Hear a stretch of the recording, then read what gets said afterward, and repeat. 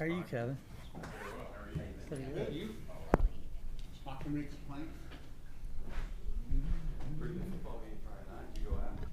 No, I had to. Pretty good for who? 21st birthday. How you, Sax? Hot enough for you? It ain't as bad as it was, but They talk like it's gonna get worse next couple days. a little bit of humidity. Ready? Yeah, I'm ready. All right, welcome everybody to the work session for August the 24th, 2020 to discuss the West High properties. Go ahead and turn it over to Brian. I think everybody has the layout in front of them. No, nobody can see it on the camera, but I'll hold it up anyway. Paul, if you want to look at one, you can come. I don't know that we're making any decisions or motions tonight. I think what we want to do is have a discussion, look at some various options, and then maybe have a 15-20-minute discussion after Brian kind of gives us the history of the area and what we have going on here. That way we can, we don't want to rush into anything. We do want to make some informed decisions. I know the board as a whole wants to do that. So, Mr. Messmore, I'll turn it over to you. Okay, thank you.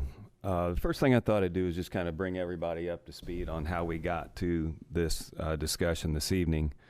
I guess historically, the West High neighborhood, and again, we're all familiar with that, but it's on the other side of the Historical Society. There's 20 to 21 homes there. It kind of depends on where you draw the line, but it's always been viewed as a unique neighborhood. It's kind of got some character and ultimately is seen as a neighborhood with some potential. So just having that general street knowledge, in 2017 the city was approached to buy 542 West High. That was a foreclosure, and we were contacted by a bank and were able to acquire that property and have it demoed. And when we did, we just kind of thought, you know, hey, this is a pretty nice neighborhood. Let's kind of hang on to the lot and see what happens. So in 2019, the city was approached to buy 533 and 531. We did, demoed one. One was a vacant lot, and just kind of continued along the path that this is a pretty cool neighborhood. There's a few lots here. You know, at some point we're going to want to do something. When that point comes, who knows? But so we decided to hang on and move on. In 2020, the city was approached to buy 556. And and that's kind of what's generated the discussion to date. You know, new board, new members. There's definitely demand in the community for housing, so it's appropriate that we have this discussion this evening. So that's how we got here. So I guess the bottom line, I think what we have to wrestle with, and again, as Richard said, I'm not looking for any specific action this evening. I'm going to go over some scenarios, but I think what we're talking about here is an infill project versus a redevelopment project. So in an infill situation, we may not get the biggest amount of assessed value per home that we would if it was a redevelopment project. If we were to you know, accumulate more lots over time, then the opportunity for a redevelopment comes into play versus infill, which we've done. Both of them are right. It's just a question of where we're at in our decision-making process. Is it time to do the infill and hope for the best, or do we hang on and try to, you know, work into a redevelopment opportunity? So, that being said, most people are aware of this, but just to review a few items. One, we would have to get appraisals on all the lots, and we would have to advertise at the average of the two appraised values. And I think in this situation, everybody would agree, and we've done this sometimes in the past, is have development criteria. So, you know, and that's one of the things we would need to get into. One of the homework items I would have for you guys, not only to think about the first two scenarios about infill versus redevelopment, to drive through the neighborhood, you know, understand the values of homes in the community and what kinds of values and what kinds of development criteria would you think is important. So we would advertise those at the average of two appraisals with some development criteria. And I think some of that may have to do with lot size, so it may not be just one broad stroke of a paintbrush. If you notice there on your exhibits, on the north side, which depends on which way you're looking at it, I suppose. Let's go on the north side of High Street. There's 533 and 531. Those are 100 by 65 in total, two lots, so 50 by 80, 2.5. I mean, you know, these aren't survey quality, but they would get us in the, you know, that could be one huge lot or it could be two shotgun lots. This is the one that we purchased and the lot next to it was vacant, and I'm assuming that there was something on it a long time ago. I don't know that for sure. The 542 West High was, at the time we purchased it, was a one lot, and it was 93 by 160. So, you know, there's an opportunity to either have one big lot or have, again, a similar situation with two shotgun kinds of lots available. And then 556 is in, we just had, I think, bid award for the demo today. So it'll be demoed and the lot will be, you know, prepared for future use. So that being said, I think we have to consider, you know, what's the best way to utilize those parcels to generate, again, what would be, you know, something that complements the neighborhood, improves assessed values, and again, obviously this is for single-family home owner construction development. If, for example, we weren't to receive the first time around, these are sealed, by the way, if we were not to receive one at the average of two appraisals, we would have to go dormant for 30 days. After that, we could do sealed bids where we would keep the same development criteria and advertise for sealed bids, and then we would select the highest bidder in that situation. As part of the discussion has been, okay, there is demand. First of all, do you kind of get how we would have to do it? And this may be second. You may already know all this, but just so we're all on the same page, and that's roughly how we would get if we went straight at it.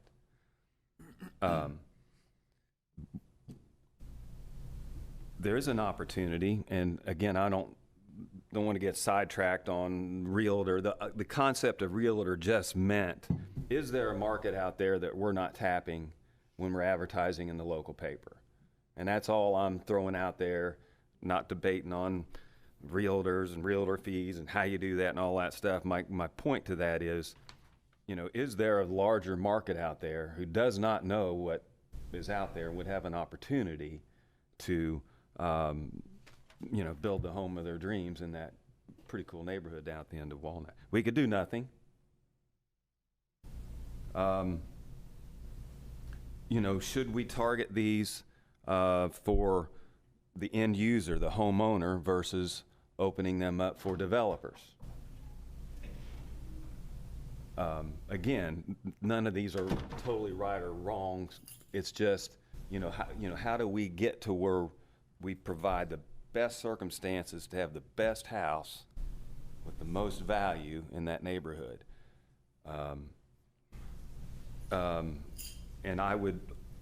again, some of my thoughts are kind of a collection of thoughts and walking up and down the street and listening to people talk. So, but I think all these things are in play and kind of make sense to me. Do not sell for less than the average of two appraisals. If there's demand out there, There is. why would we sell at the less than the average of two appraisals? wait till somebody comes along that is interested. And if we do that, then we're allowing that redevelopment portion or option to manifest perhaps. And keep in mind that, you know, the homeowner gets 10% up to $35,000. So if somebody were to, for example, 531 was a vacant lot, and the average two appraisals was $19,500. It's a pretty good chunk of money. But if someone were to, you know that they could pay $20,000 for a lot, build a $250,000 house, and get a $25,000 check, there's a lot of people that probably think that's a pretty good deal. So I'm just trying to talk about the other end of what could happen versus how we have, you know, progressed along historically. So I would, I guess at that time, I think I've covered about all that I would throw out there for us to chew on. I would think we could have some discussion. Again, I'm not looking for any action this evening.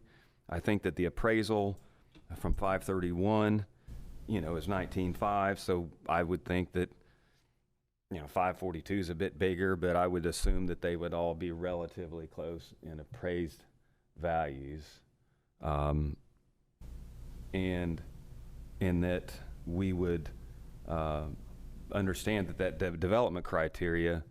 This paper or something ain't right.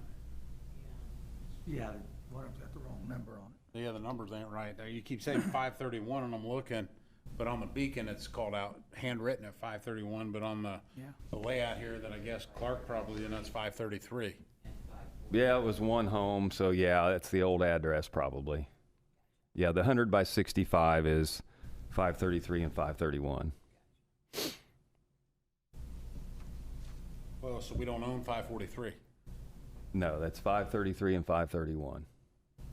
What is highlighted on the sheet is correct, it's just mislabeled? Yeah, just mislabeled apparently. So instead of saying 543, it should be 533 right next, or So 531. 530. Yeah, you're right. It's Next to it's all the 533. same. They're two vacant lots. No, it's not all the same, because on the one, it's 531 and 533, and on the other one, Well, I it's understand, 533 and but 543. but the picture represents No, that's what I'm correctly. saying, There's but two lots. Yeah. I'm just saying, Yeah. you keep saying 531, I'm looking Yeah. at this, and I'm like, I don't see 531 on Yeah. this, but it's on this one. Yeah. Brian, when did we have that appraised? 2019. Okay. It was 19.5? Yeah, the average.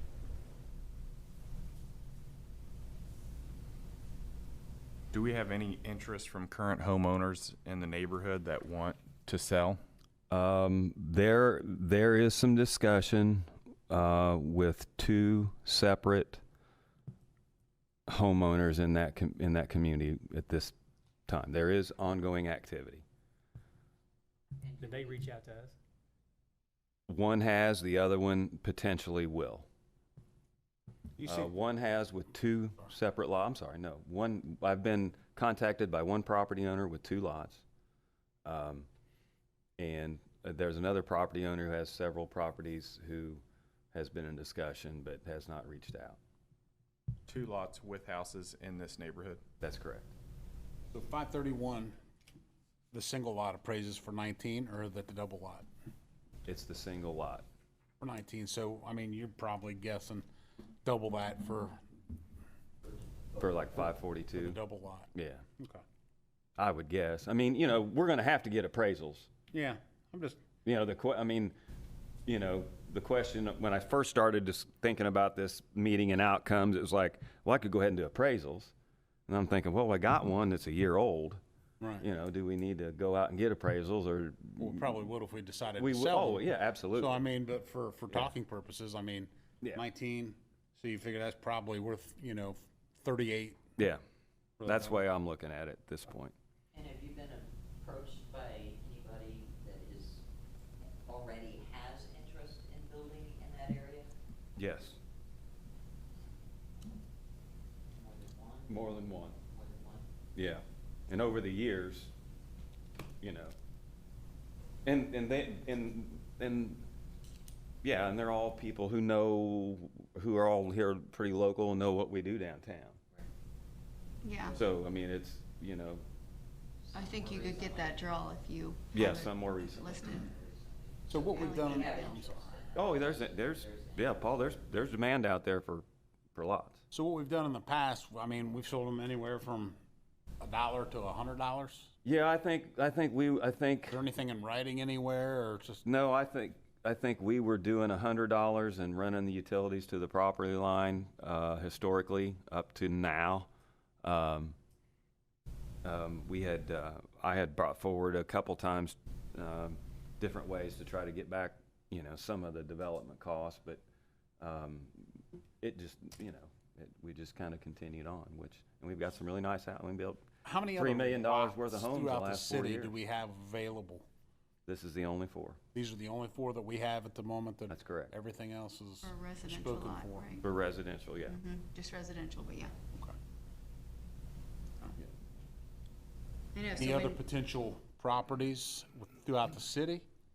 There's one that we talked about on Short Street. I don't remember the address. But we've had trouble with, Is it the one with the renters in it? yeah, we've had a little trouble getting oh, yeah. the appraisals and stuff, so, and I, you know, I think one thing to point out here too is, you know,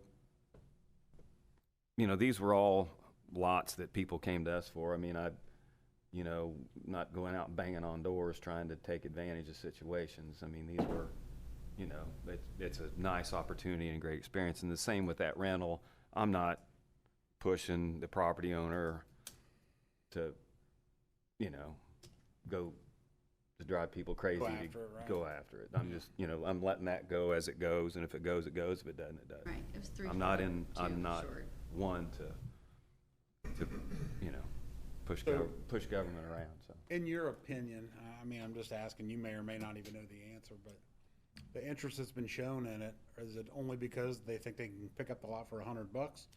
I mean, because here's the thing, I mean, we've got, what, $11,000, $12,000 or something like that in tearing down that building down there now?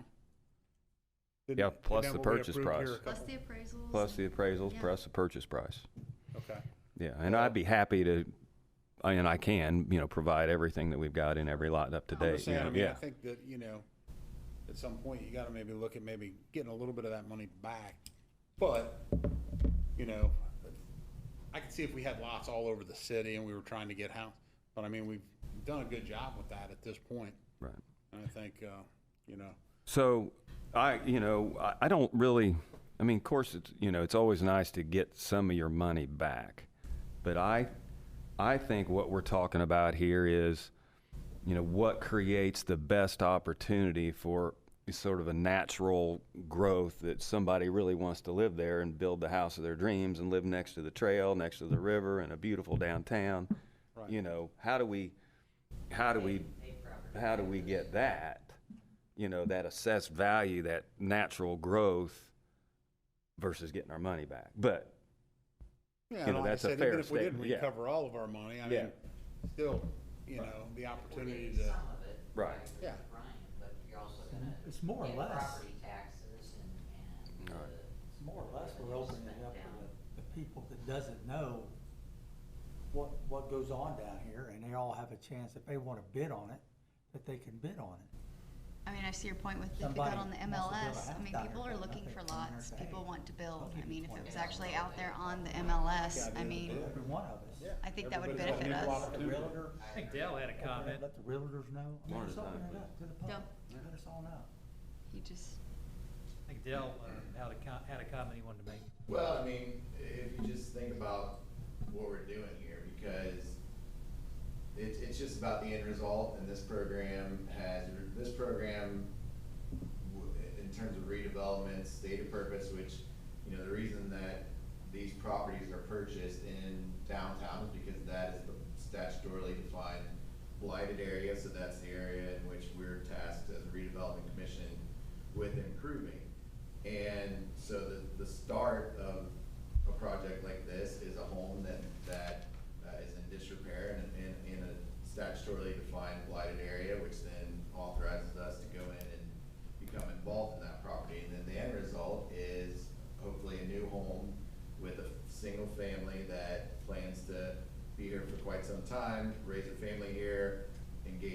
commerce here, maybe start a business here. You got them right. Pay taxes here. So the end result is a very good thing. But I think the genesis of this project, when you think, and you gotta look at all the elements, right? Because we are buying the property, we're demoing the property, we're doing all of the legal work and the technical work to then list that property for sale. And then we're also giving 10% of the purchase price.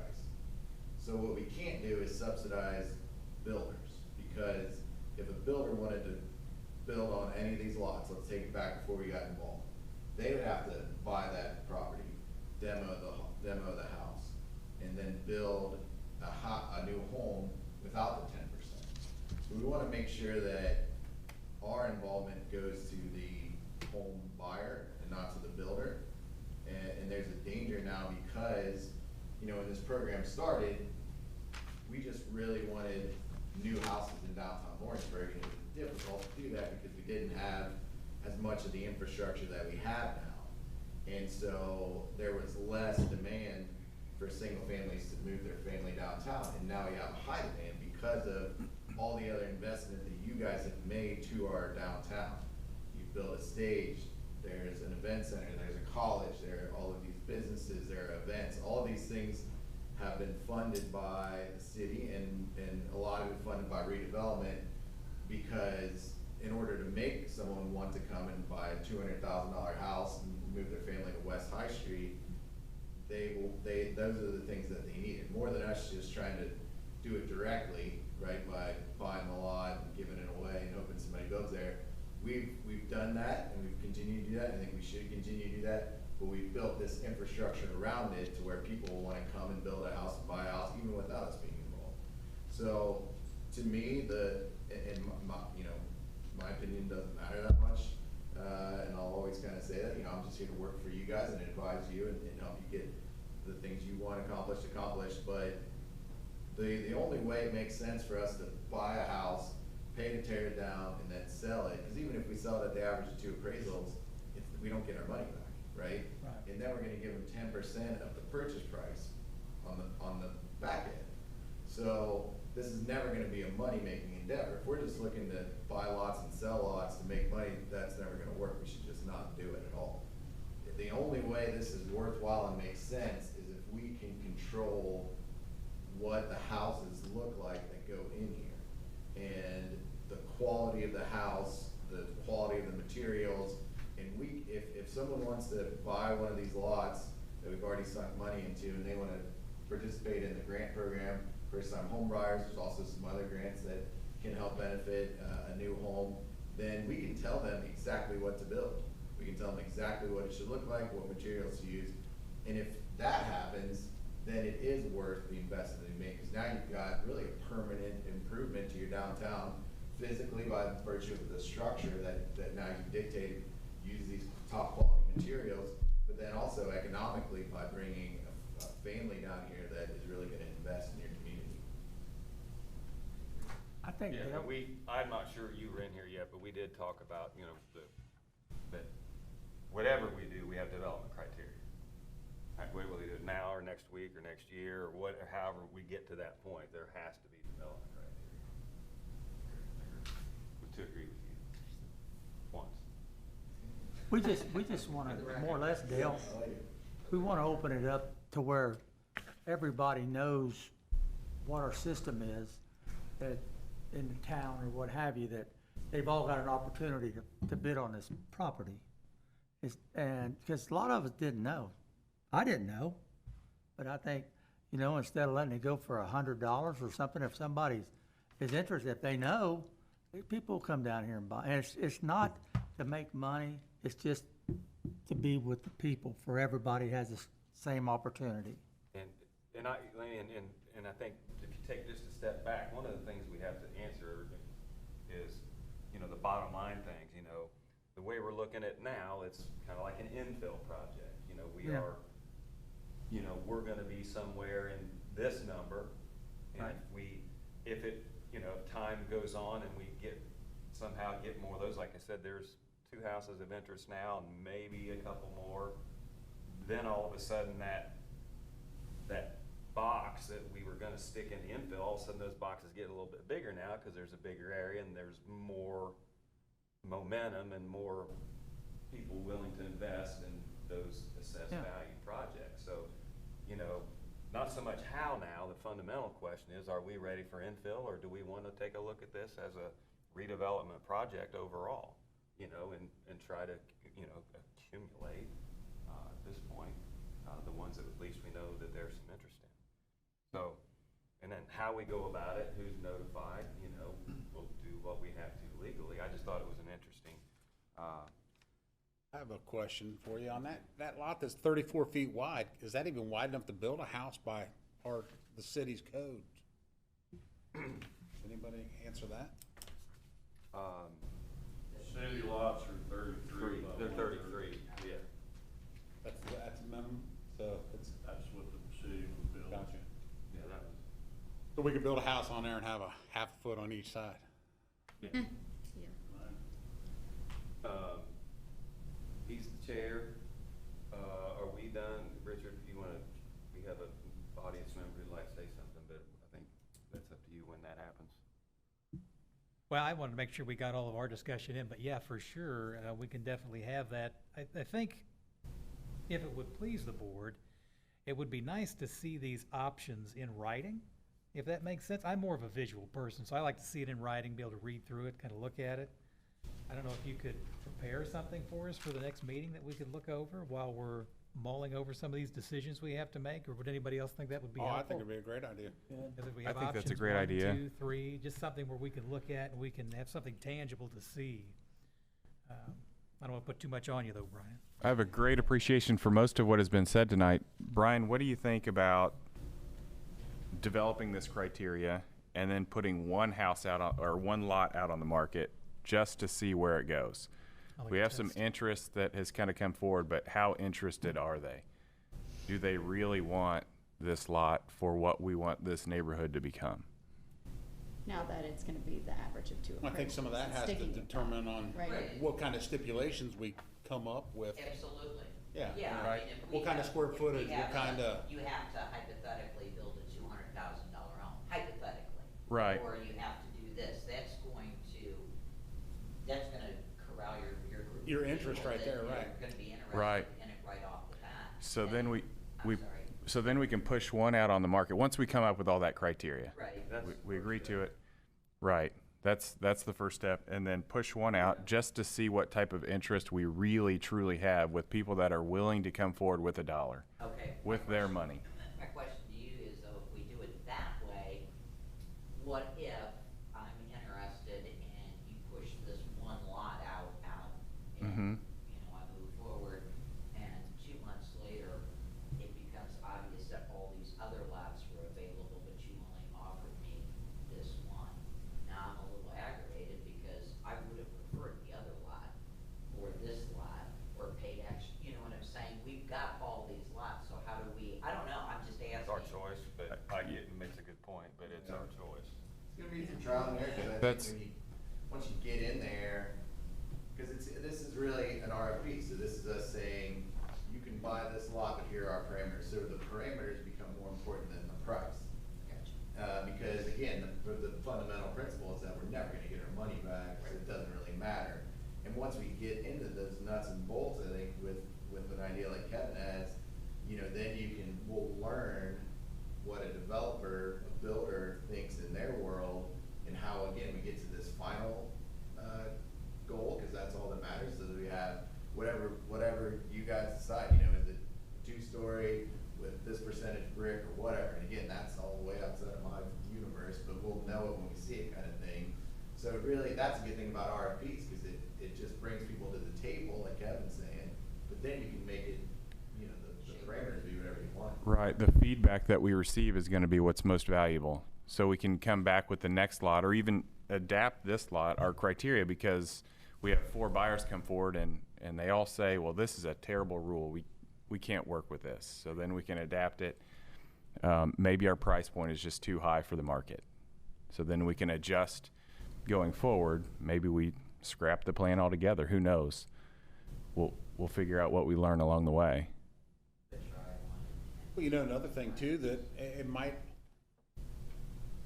some other people might see what's going in down there and see what's going on. I mean, there's a lot going on right now, but maybe somebody approaches another, you know, outside individual, not a developer, just, you know, somebody that wants to get down here and says, man, 551 high is pretty rough. Maybe I can approach that owner and see if, you know, I could possibly buy that from them, maybe use that 10% to help me toward the demo and stuff. You know, I mean, I don't know. It's just, it might wheel some other people in town that might be interested in it.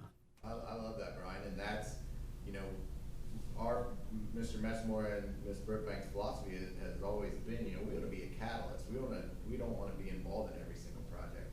We do want to get it jump-started. And you're right, I mean, the idea is, you know, if you can get 4 houses that look the way we want them to look, because we think that's our best economic long-term impact, then the market will then just generate the other ones, and we won't have to be Yeah, involved. if you get one in there and somebody, oh man, I really like that, that's gonna be a nice place to live down there. I wonder if I can get somebody at, you know, one of these other addresses to deal with me that maybe be able to give them more than the average of 2 appraisals. Right, yeah, I mean, you have to start somewhere. Just having the one could be Exactly. the game changer. And again, I'll go back to the premise, you know, the opportunity to increase that value grows with the number of parcels available. Right. So, you know, I mean, I think, yeah, we're all saying the right thing. My only suggestion would be to stay on top of it, because obviously this is gonna be a process, and you don't want the process to end up taking a year. And then another It'll year. take Well, yeah. 3 months if we Sure. run it fast. Well, that's Yeah. what I'm saying, not to Yeah. just, you know, let it fall by the wayside, I guess. Brian, is the initial thought to divide the large lots in 2 That's, you know, I think that's, to keep the neighborhood consistent? another, I mean, it certainly could be. I mean, and if you look at numbers of homes, yeah, I mean, but, you know, you could certainly average, you know, do the RFP on that one distinctly different than the other ones, and, you know, because it's a really cool lot right on the trail, and it could be, you know, a dream home for, I mean, somebody who really wanted to spend a lot of money in Lawrenceburg. Big Yeah. lot like that. Well, and you look to, $300,000 if you home. divide that lot, like the 100 by 165, it's now a 50 by 165. You know, for the most part, I would think if you're downtown, it's not about a large backyard and, I mean, otherwise you're not, it's not downtown that you're seeking.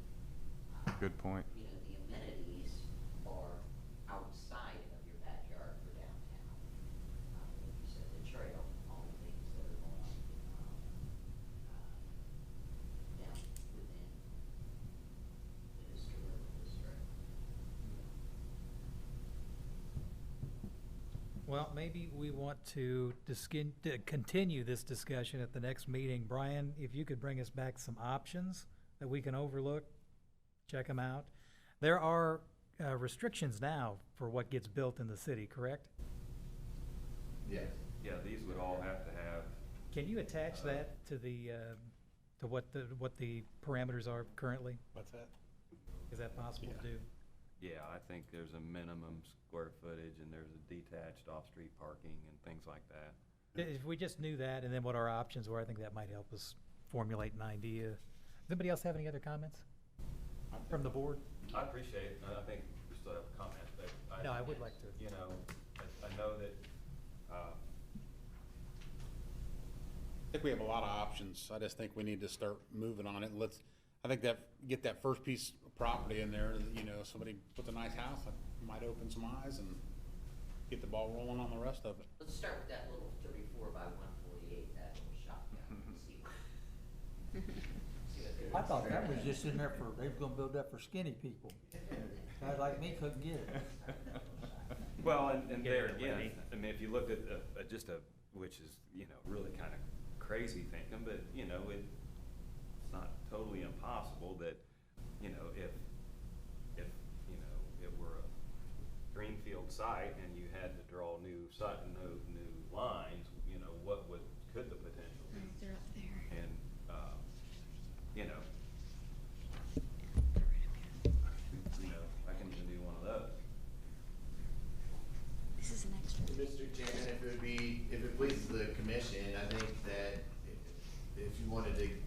Messmore and Ms. Brookbank some direction.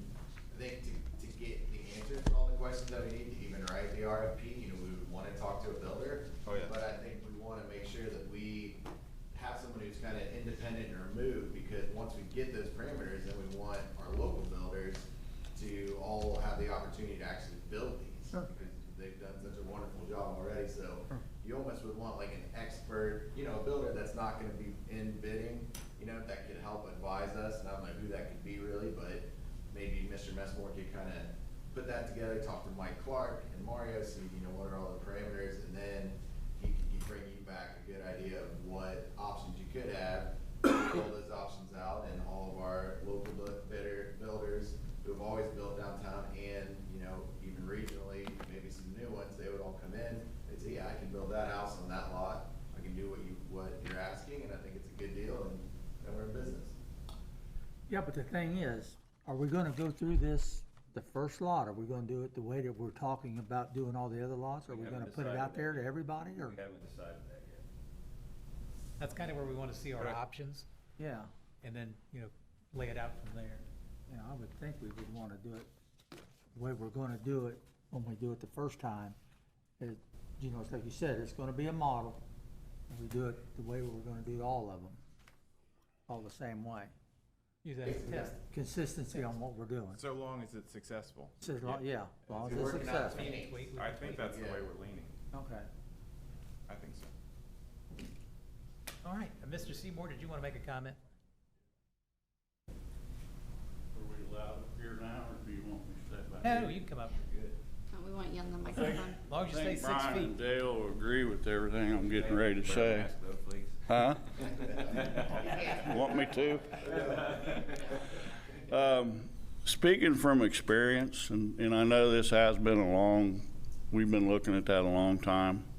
The one thing you gotta keep in mind is the difference between infill and redevelopment. And I heard Brian, I think it was at the last meeting, if you do it, if you don't do it right the first time, you just messed your opportunity up. He's absolutely right. The difference between infill and redevelopment is if you try to do this, and this is you guys' choice, but let's say that you've got an opportunity right now to take this area and make it somewhat community separate from the rest of the town, and you got a chance to take these lots and do what you want with them. You're right. The reason why I said that the lots are all over town are 33 by 132, they've also been squatted on everywhere. You might have a house behind a house that's in an alley that should have never been done.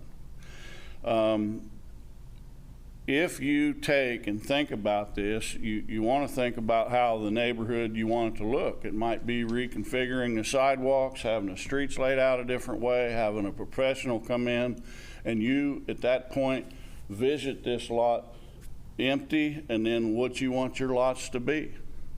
At that point, or, that could be the next administration. But you guys need to be on high alert on these homes and get them. Here's the other danger you face. If you jump into it and build that first house, is it going to be harder to buy the rest of the houses? I think we all know the answer to that. It will be. That's why the patience comes in. In my opinion, square footage and certain clauses on a house is a big deal. Right now, all I have to do to build a home in Lawrenceburg is build a 1,300 square foot home with off-street parking. Frankly, I was disappointed in the redevelopment in the last administration on the housing for the reason that I felt that we weren't being strict enough, and I can remember when you first got on board, you made a good comment. Can we tell these people what we want? Absolutely. I was disappointed. I think things are getting better, so let's put the porches on. Let's make the guys do the landscaping and the things. These builders will do it. They want these lots. They've done pretty well here, and they'll do whatever you want them to do. Will they give you a whole lot of money for the houses? Here's what I think about that. Here's the reward that you guys are getting because you've done this program. And I'll give you a personal experience. I know for a fact that in town now, houses are appraising for more than they ever have in the last, I don't know, Dale, 100 years, 50, 60, 75 years. I just put some money. 10 years ago, I would have been afraid to put the money I put in my old house on Arch Street because I would have thought, I'm not going to get the money out of it. I didn't even have to put it up for sale. I went to Lowe's, I bought the for sale signs, I had them in my truck, and I had a guy pull up behind me and say, when are you going to put it up for sale? I want to talk to you. I said, I was thinking about putting the signs in the yard today. It was a Sunday. He said, I'm going out of town to Cleveland. He said, can you talk to me Saturday? I'll wait. Made a deal with him. Waiting on the financing. I've got 3 lots over here by the Dollar General, and I've got plans for 2 of them, and I had a lady call me the other day, and she wanted 2 of them. I don't have them no more. You guys have got people wanting these lots. You've got an opportunity right now to sit back here at that end of town, and I never thought it would happen, but I'm here to tell you right now, I think you got potential to ask people to put 2,000, 2,500 square foot home in a house back there with 50% brick or whatever kind of stipulations you want on it, with the front porch, landscaped, sodded, whatever you want. You got the opportunity to take this town down there at what it used to be. I can remember when I was a kid, those houses down there were fancy woodworks, nice stairways, and they turned into rental property. I made a mistake, and Mike Clark in 2009 advised me to put a, what do you call it when you have certain standards for a neighborhood? In other words, restricted covenant. Covenants. Yeah. He asked me, he said, Paul, you want to put any covenants on Fox Drive? I said, no, Mike, it's just a neighborhood. There's 2 things on that, in all these new houses we've done wrong. When you do deeds, and this is your job, and it's something that I think should be done. When you do deeds to these new houses, I would like for you to put on the title that they can't turn into rental property, because I've had one turn into rental property, and I didn't think it could be, but it has. The other thing is don't be afraid to put a covenants down at that end of town if we're going to get in there, because I feel like I should have done it, because if you go down Fox Drive, we do have high grass, low grass, weeds, just you just got the opportunity to do something real special. So I don't think just trying one and seeing what happens is the right thing. I hope you guys think about it. I hope that you come up with a high standard, and I hope you can deal with other people to get the property, because it is, I think it's the last chance for Lawrenceburg to bring that kind of development downtown. And the success of the housing, is it counted on? At first, I think it counted on all that money. Now, I think it helps it tremendously, but I think it's helped us get a nicer home. I don't think the last administration, the last group of redevelopment helped us get a nicer home. I think they kept it going, but I would hate to see a house, and I'm not putting it down because I think it works. I'd hate to see a house like I built, a single story and long and plain, or the one across from Acapulco's that the lady just put the fence around, set up down at that end of town. Because once that house goes in, you're not going to get your $300,000 home. And I think you have a chance to get a $300,000 home. I really do. That's my comments. And I Very didn't- good I- comment. And I didn't Thank pay you. Paul to say that. No, thank you. Yeah, You, Paul, we do appreciate it. I took notes. Like I on said, everything I he think said. once we put something in Same. writing, let's go through it, but yeah. I think that's what we want to do, definitely with the parameters Thank and you. and make sure You that know, we're. it's good advice. Thanks, Paul. And Paul's always said that, I mean, he said that before, it's just, I think now, it's definitely a time, maybe it was, you know, 2-3 years ago, but I mean, now's the time to raise the bar permanently and make something special that'll be here way after we're gone. Well, and that neighborhood that we're discussing is also where they're breaking ground right on the edge of that with the new apartment complex. Yep. So Mhm. the value is going up in that area as well. We've done the work, I mean, the streets there are beautiful, the back alleys and the access are beautiful, the trail is beautiful. So it's really, We wouldn't seen, at Flaherty Collins, we wouldn't seen a model of that over in Covington. It's really nice. Nice. So, yes, it's very nice. So what he's saying, $300,000 homes and stuff, would complement very well down there with the people that move in there. Very nice. Are there any other additional comments? If not, I will accept a motion to adjourn the meeting this So evening. move. Do we have a second? I'll second. Second, all in favor? Aye. All opposed? Hey, Dell, Motion carries. Thank you, everybody. got a second? Yes, sir. Time for football. Thanks, Paul. Thanks, Paul. Pee wee